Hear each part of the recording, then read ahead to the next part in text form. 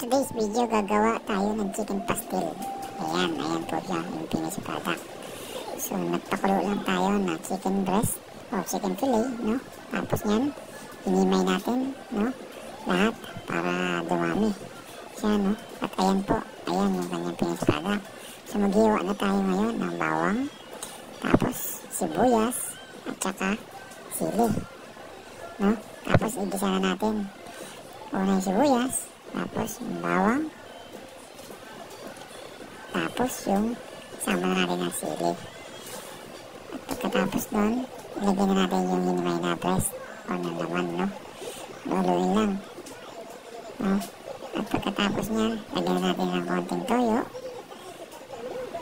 Haluin lang. And then yung pinagkuluan, no? Yung chicken broth, sama natin para malasa. And lagyan natin ng turmeric powder, no? Para pampakulay at pampalasa na rin. Then paminta, asin, saka asukal, no? Tapos haluan natin ng konting suka. Then pagluto na yung ano, yan, ready to serve na yan. Ganun lang kadali, diba? Tikman natin ngayon kung ano lasa. Ayos, masarap. Panalo.